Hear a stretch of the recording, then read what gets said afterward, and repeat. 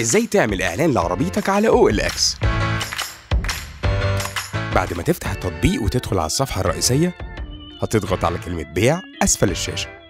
بعد كده هتضغط على علامة عربيات وقطع غيار. أول حاجة هتختار فئة السيارات للبيع.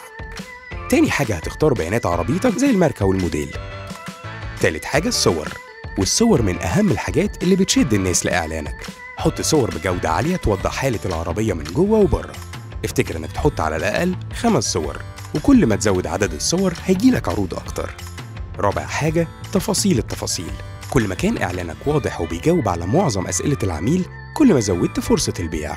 املى الخانات دي بكل المواصفات المتعلقة بعربيتك من جوه وبره: سعرها، ماشية كام كيلو، رخصتها تنتهي امتى، لونها، متأمن عليها ولا لأ، مانيوال ولا أوتوماتيك، سعة المحرك كام سي.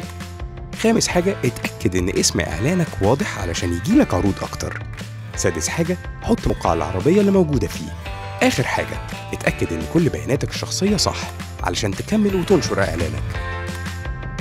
هيظهر لك كذا نوع من الباقات، هتختار الباقة المناسبة لاستخدامك. هتضغط على كلمة ادفع، وآخر حاجة هتختار طريقة الدفع المناسبة ليك.